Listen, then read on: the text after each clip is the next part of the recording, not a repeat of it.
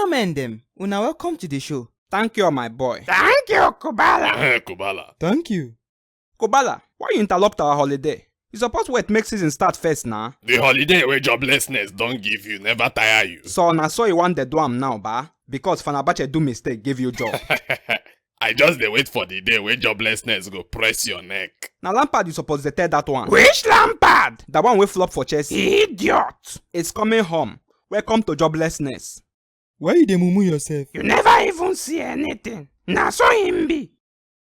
We currently dey transfer season and league never starts. In anticipation of the coming season and the current transfers and transfer rumors, which of the clubs you go need to watch out for the coming season? Ha! Na Chelsea o. Chelsea wey da buy high school dropouts. Them they buy for the future. Na good business na. Good waiting. Na good business if you be retailer. If na trophy you wan carry. My brother, wetin you wan use teenagers do? Football no be by age o. Yamal My na. brother, leave Yamal jaw. How many Yamals you don see?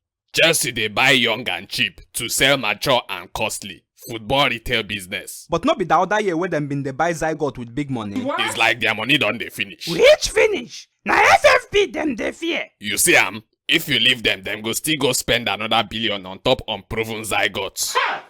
What of Man U? Lenny Yoro na good buy. Sancho wey don come back, uncle. I go like see another reality TV show. They don settle na. These Gen Z boys.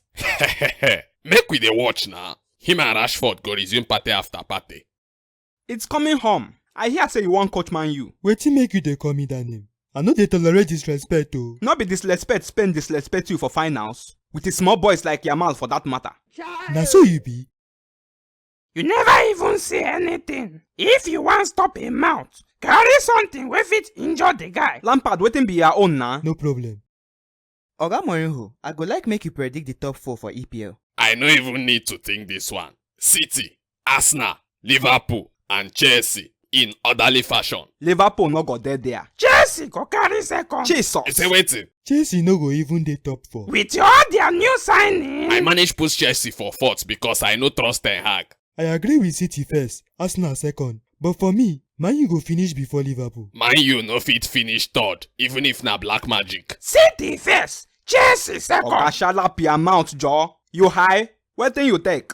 Club with their success that rests on the shoulder of a young boy. I don't talk my own. Arsenal and Liverpool go carry third and fourth. Were.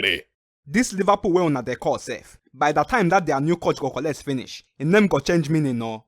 Oga Seri, wetin be your own? Arsenal go carry first, City second, Tottenham, then Man U. You and this my guy here. I no know who Kolomuani pass. Waiting Tottenham they find for there. Una no know say for average top 4, you suppose put one team wey nobody expect. Now why I put Chelsea now? Kubala carry this guy come up for here. It's like the thing wey him drink don dey show face. I go wipe your Raimoko dog. Try am na. What of other leagues like La Liga and Bundesliga? Which team fit surprise us with league titles? Napoli for sure. That contest a big Cali league. Company go accompany Leverkusen to their second consecutive Bundesliga title. I doubt. Doubt me na. Thank God say I no put money on top your head sef. You be fool. Shey, I don't talk this team before. Barca fit finish ahead of Madrid for La God Liga. have mercy on this wele. This guy talk don tire me. I no do again. Shey you go like follow them win for this Olympic wey dey go on. Come collect free bets for 1xBet inside Olympic events. First register for 1xBet with our promo code GNEXT to get your guaranteed 300% bonus on top your first deposit. Then come bet on top 2024 Summer Olympic Games between Monday and Sunday. You go get guaranteed weekly bonus wey worth 20% of the bets wey you put as those free bets. Oya wetin you dey wait? Make sure say you read their terms and conditions sha. Good luck.